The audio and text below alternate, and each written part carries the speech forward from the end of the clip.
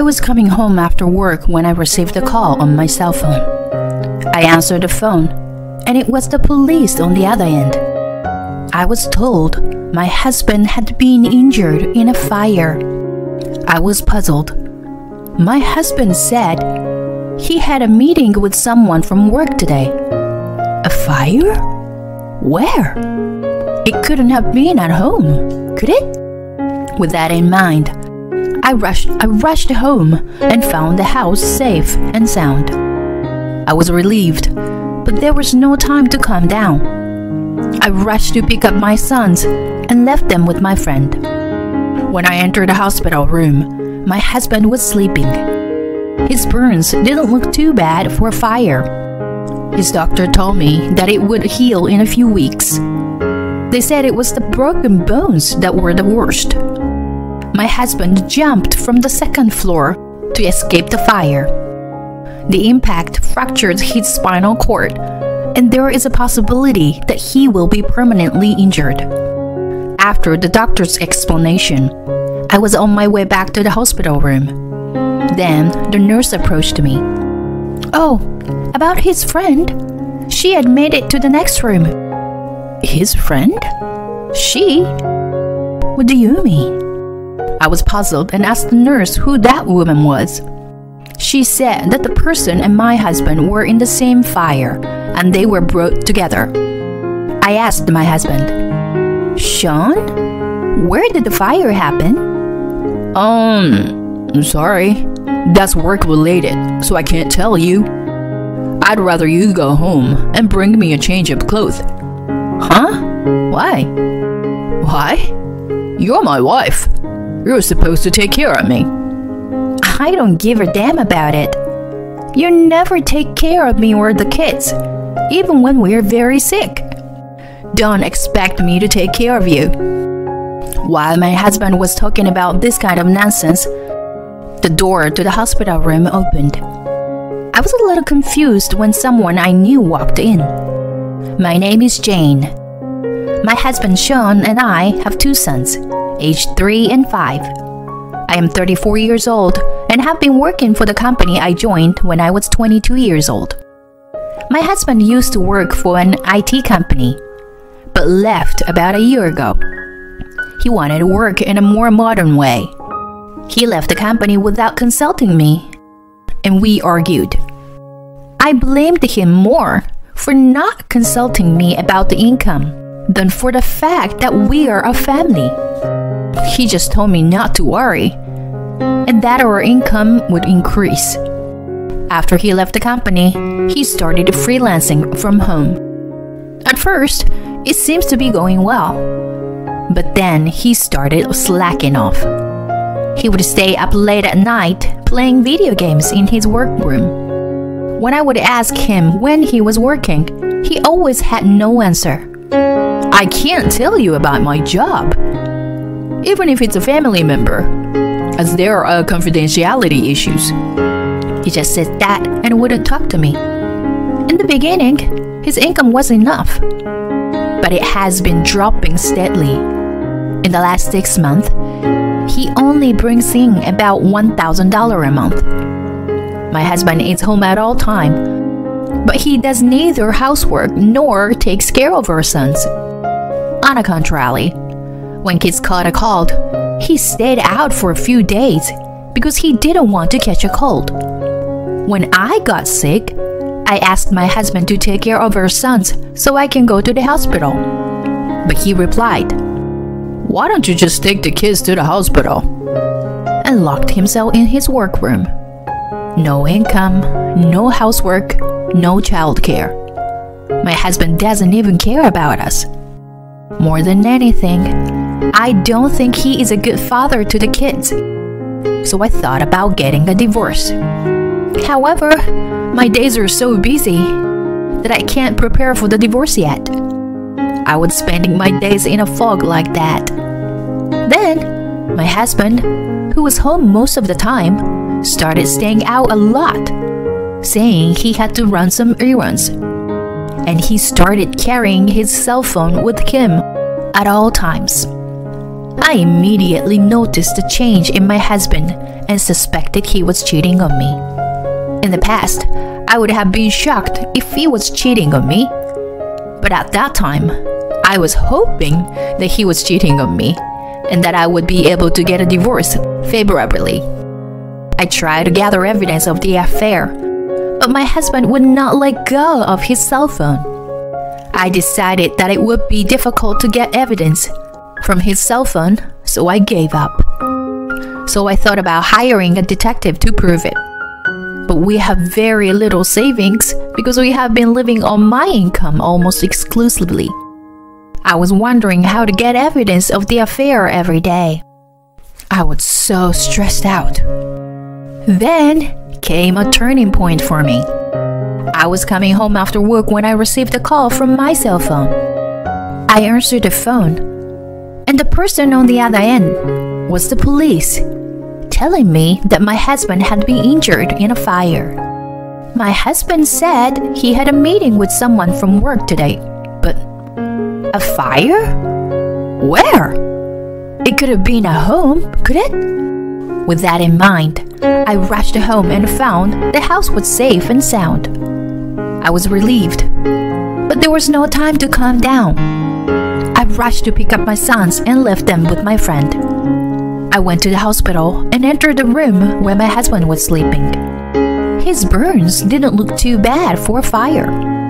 While I was in the daze, a nurse came in. She said that the doctor would explain everything, and I left the room. The doctor said that my husband had a few burns, but they should heal in a few weeks.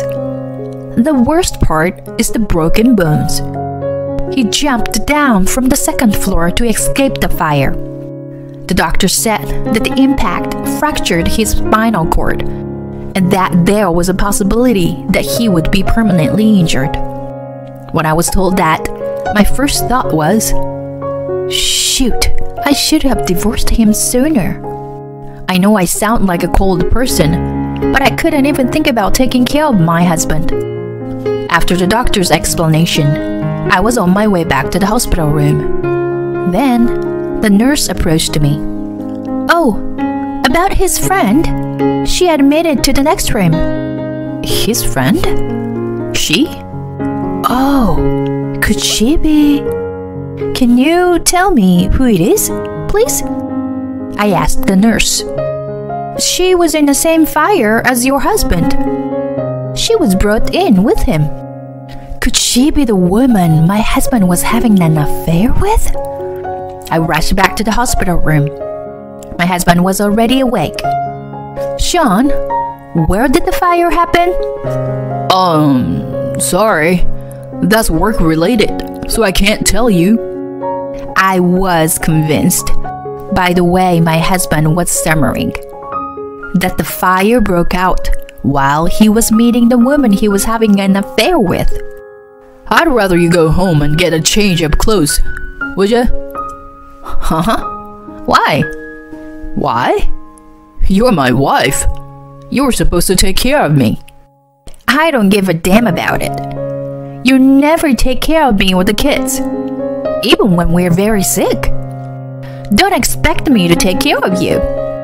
While my husband was talking about this kind of nonsense, the door to the hospital room opened. The man who came in was Mr. Howard, the husband of my mom friend, Amanda. I was a little confused to see someone I knew come in. It seemed Mr. Howard had seen me entering the hospital room and came to greet me. Yes, it was Amanda, one of my mom friends, who was admitted to the next hospital room. I looked at my husband in surprise, and his face turned completely pale. He looked away from me. So, that's what it is. My husband was having an affair with Amanda. I was speechless. Amanda was a good friend of mine ever since our kids started to go to the same kindergarten. She even came to our house with her kids. I introduced her to my husband at the time, so my husband must have known that she was my friend. I told Amanda that my husband had been cold lately and that I suspected him of cheating on me. she had a serious look on her face, nodding her head and listening to me. What the hell was she thinking? Was she going to figure out how much I knew about the affair? I suppressed my desire to beat my husband and Amanda up and question them right there. Instead, I greeted Mr. Howard. You must be Amanda's husband, right? Your wife has always been a great friend to me. Oh, yes. I'm sorry. I'm a little confused here. I just heard that your wife and my husband were in the same fire. My husband won't tell me where the fire happened, and... Do you know anything about this? Asked Mr. Howard. Then he glanced at my husband and said to me, So, your husband was also in the fire, right? My apology. The fire happened in my house. What? Really? Was that your house? I had no idea my husband was there. When I looked back at my husband, he hid under the covers. Well, Jane, I think I need to talk to you. Do you have a few minutes? Yes, I was going to ask you the same. I had a pretty good idea of what Mr. Howard was going to talk about. We went to a cafe near the hospital. He told me that he was gathering evidence. One day, he had looked inside Amanda's cell phone and found something. There was a picture of her and my husband, looking like they were in love. Mr. Howard said that he had also asked a private detective to keep an eye on Amanda and collect further photos of the affair. I also told Mr. Howard that I had suspected that my husband was cheating on me for a long time, and I had no idea who his affair partner was. When I told Mr. Howard that I was going to divorce my husband, he agreed to help me. 2 days later, Mr. Howard and I headed for the hospital together. My husband and Amanda were still in the next room to each other. But Amanda came to my husband's hospital room as if she thought nothing had been discovered. Thank God, Amanda! You look well. I came to see you the day before yesterday, but you were on the bed rest, so I couldn't talk to you. How do you feel? Are you alright? Yes, I'm okay. I broke my shoulder, so I have to rest for a while though. Yeah, that's tough. I hope it heals quickly. You'll need money from now on, right? Huh? Well, yeah. The kids are still small, so... That's right. You have to pay child support, right? Get well soon, Amanda. Good luck with the job hunting, too. Amanda didn't know what I was talking about and was confused. Hey, what are you talking about? I hope you brought my change of clothes, did you? Of course, I didn't. What? You're really useless. Didn't I tell you the other day I wouldn't take care of you anymore? I brought you this today. Saying that, I took the divorce papers out of my bag. Huh? Are you divorcing me? Are you abandoning your husband because I might be permanently injured? No, it wasn't because of the injury. The day you were taken to the hospital, you said you had a business meeting. Then, why were you at Amanda's house? That's because, well, you know, I only didn't tell you. But Amanda is one of my business associates. We were discussing things at their house, and the fire happened. That's all. Are you that stupid that kind of excuse would work? I already know about the relationship between you and Amanda.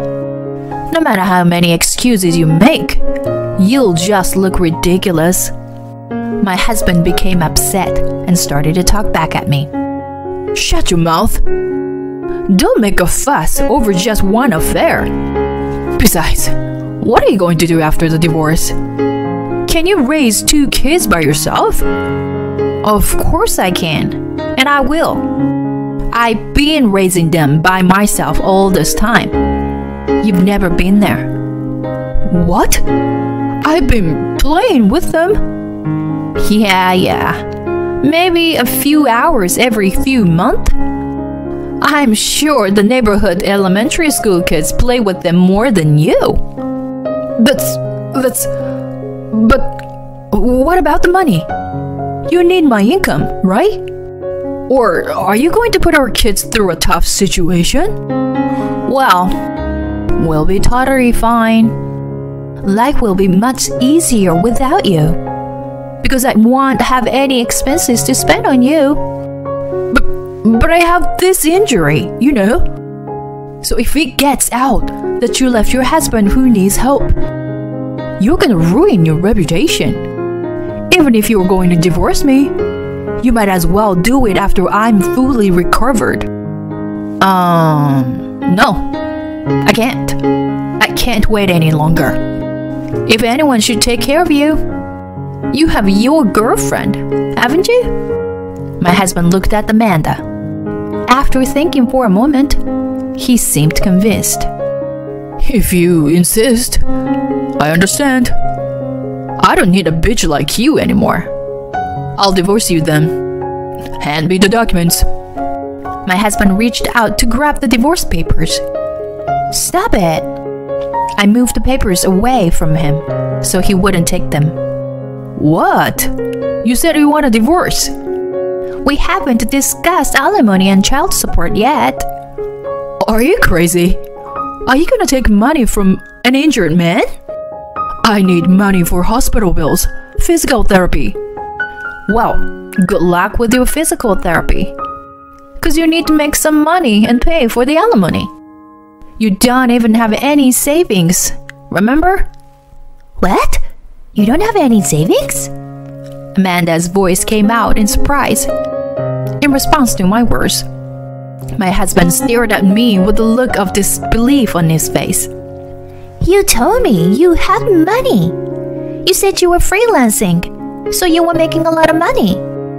Well, now I just spend it as soon as it comes in. Money accumulates in no time. My husband was desperately trying to make excuses. In reality, his current income is less than $1,000 a month. I could have told Amanda right there, but I didn't want to get into their fight, so I kept quiet. Anyway, my husband agreed to divorce me. I've already decided on a lawyer to consult regarding alimony for the affair. I will ask the lawyer to send the contents certified letter later. With me saying that, Mr. Howard and I left the hospital room.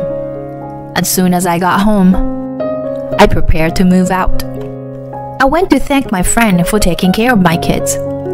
I also told her that I was divorcing my husband because he had been unfaithful to me and that I was planning to move out. I didn't directly tell her that my husband's affair partner was Amanda. Several people already knew that my husband was in a fire at Amanda's house. Even if I hadn't told them, word would have spread. Later, as planned, I hired a lawyer and we proceeded with the divorce. Alimony and child support was hard to come by. At first, my husband said, "I'm a freelancer, so I can work in bed even when I'm injured. I'm going to work all day because I have time. Maybe I'll make over 100 grand a year. Even if I get rich, I'm not going to take you back." So I had high hopes that my husband would pay me alimony and child support. But it seems my hopes of 100 grand were dashed sooner than I imagined. Rather, he started to refuse to pay alimony and child support. From asking for an extension of the payment deadline to ask me to reduce the amount. Finally, he called me directly. "Don't you think $50,000 for alimony was too much? I think $5,000 is about right. I'm not saying that I can't make money, you know? If you want money so bad, tell it to the people who never offered me a job. I've told you 1,000 times. You need to talk to my lawyer about the alimony. Don't call me again. With that, I hung up the phone. And then, the lawyer told me, my husband, that if the discussion goes on too long, we were going to divorce settlement. My husband was freaked out and accepted my terms. Things went smoothly from there. The divorce was finalized with alimony and child support, paid in one lump sum. The Howards also divorced, and Amanda didn't get custody of the children. After my sons and I moved closer to my parents' home, I heard from a mom friend that my ex-husband and Amanda remarried. Seems like they were living in the house where the fire happened. I heard that my ex-husband walks with a cane, and Amanda had shaggy hair and always looks gloomy. They say that the two look like an old couple, even though they were both still in their 30s.